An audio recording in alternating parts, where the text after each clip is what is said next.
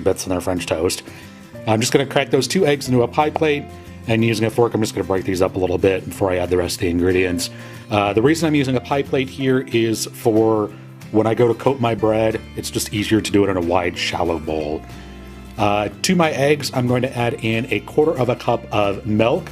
You could also use cream or half and half if you're feeling decadent. I'm going to add in 1 teaspoon of granulated sugar, as well as 1/8 teaspoon or 1/4 teaspoon of cinnamon.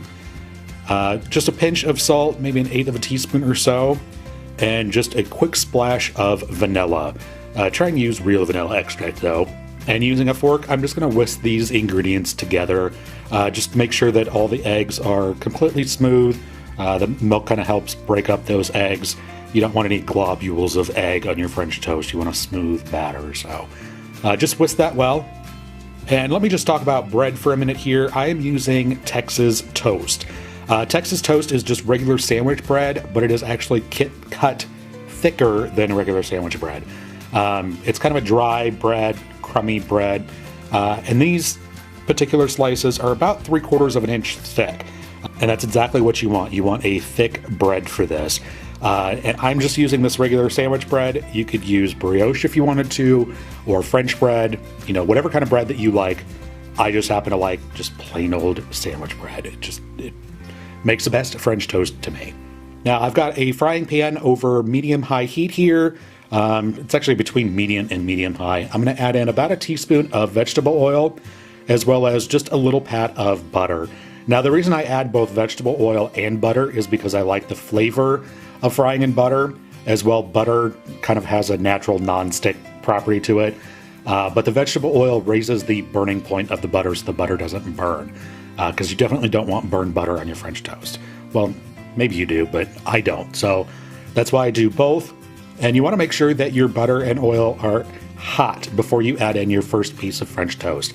Otherwise, your French toast is going to stick, and you don't want it to stick. And you know when it's ready when the solids, the milk solids in the butter start to brown. I don't know how well you can see this in the video, but they're just starting to turn golden.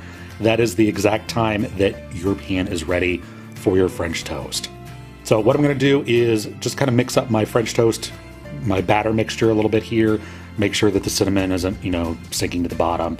And dunk your bread just really quickly on one side, flip it over, get it coated on the other side, let it drip a little bit, and then add that to your pan.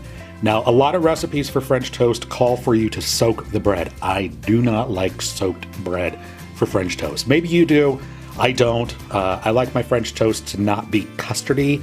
I like it to still be bread in the center. So I just do a light coat on both sides, and I'm just going to let this go for a couple minutes until it gets nice and golden brown on the bottom.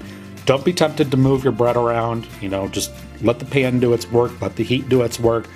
You know when you're getting ready to flip, when the bubbles around the outside get a little smaller and they don't pop so aggressively. So go ahead and take a peek, make sure that it is nice and golden brown, and then you can go ahead and flip it over and cook it on the other side.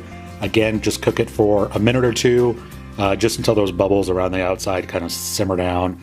And then you can go ahead and remove that off to the plate. Add just a little bit more butter and vegetable oil to your pan between each slice, and continue frying up the rest of your French toast. And this mixture, using 2 eggs, will do, for me personally, 6 pieces of Texas toast, which is just perfect for me and my roommate. So yeah, just go ahead and keep French toasting all of your bread pieces, and then you can go ahead and pour some delicious maple syrup right over top.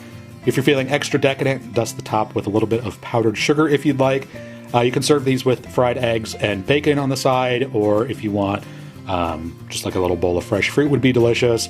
But yeah, like I said, sometimes it's better just to keep things simple, and French toast is one of those things. So